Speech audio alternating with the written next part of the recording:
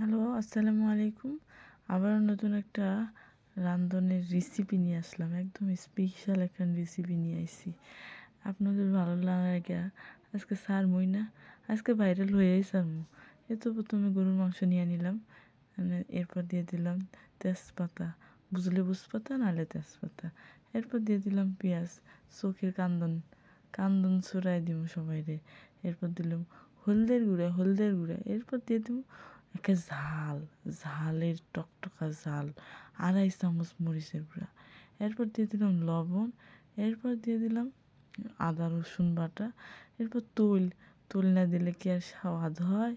আজকে তোল দিতেই হবে, গরুর মাংস তোল ছাড়া ভাল লাগে না।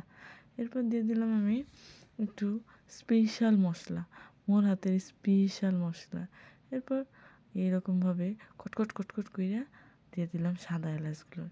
এরপর দিব একখান ডলা। এই ডলা সুরে মাংস রান্না এত স্বাদ হবে যে সবাই খাইতে চাইবো।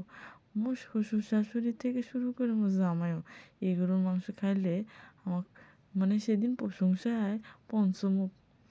এরপর এই তো আমি একটু আলু দিয়ে দিলাম। মোর আবার আলু ছাড়া ভাল লাগে না, আলু গোস্তের চেয়ে আলুই মজা লাগে। এরপর এরকম সুন্দর দেখতেই পাচ্ছেন হয়েই গেল আমার রান্নাটা। কার কেমন লাগলো বলেন তো দেখি।